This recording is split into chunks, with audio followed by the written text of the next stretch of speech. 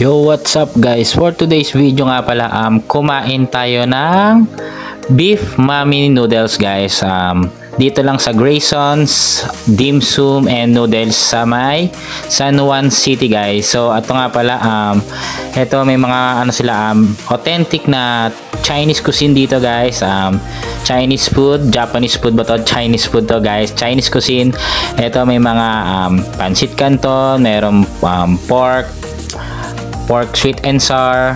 Tapos ito, ang dinaya talaga namin dito guys, yung mga authentic daw dito, mura na, masarap pa guys. Tapos ano nga pala dito sa San Juan City guys, ano lang to, check nyo na sa Google Map, tapos makikita nyo dito, ito para lang siyang bahay tapos na ginawang restaurant guys. So ang ganda rin naman dito guys, yung mga food nila dito, quality na, mura pa guys, masarap, lasang Chinese cuisine talaga guys. So ito, tikman nyo dito, legit yung mga may mga ma-order nyo dito na Chinese food guys. Meron dito yung mga shark fin, pero meron din mga Japanese siomai, iba-iba dito guys. Check nyo lang yung menu nila. Ito yung restaurant nila dito, may electric pan, tapos may mga TV din naman, malinis at maayos. Tapos ito yung menu nila guys, Grayson's Dim Sum and Noodles guys. Dito lang yan sa San Juan City guys. Tapos check nyo yung menu nila, diba? Ayan yung mga noodle soup, tapos may mga rice toppings, may mga dim sum, may house specialties, tapos may mga drinks sila. Check nyo guys, affordable dito guys, sulit na sulit.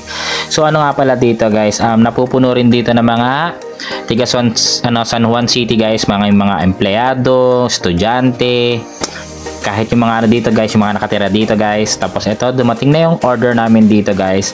Tapos ito, mayroon dito beef toppings dito. Ayan, yung rice toppings nila yan guys, ganyan yan. Tapos may shark fin, order kami. Tapos yung rice nila.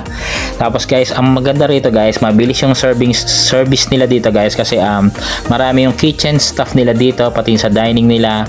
So ang bilis dumating ng order nyo guys. Tapos masarap pa. Ito yung pork na sweet and sour. Tapos kasama ko pala yung mga family ko dito, sila Ryan, sila Rena, sila Jojo, si Granny, and si Julia. Ito yung nag-Abilon Soup pa kami guys. Ngayon ko lang na-upload, late upload lang to guys, pero diba sulit na sulit dito guys. So mura na dito, tapos masarap pa. Pag chinek nyo yung bill nyo dito, magugulat kayo, parang sa fine dining restaurant kayo kumain, pero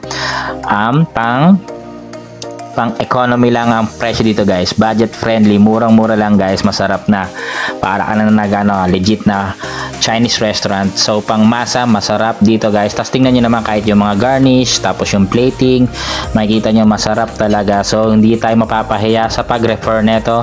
So yung parking nga pala nila dito, medyo maliit lang yung space nila dito, yung sa motor, sa kotse.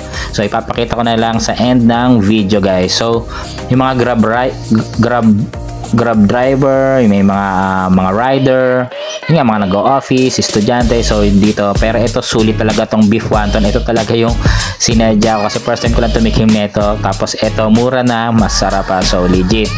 So hanggang dito na lang guys. Try nyo pag napapunta kayo ng San Juan City dito guys. So masarap dyan, nag-enjoy kami dito. Tapos magugulat kayo sa bill nyo, ang mura lang.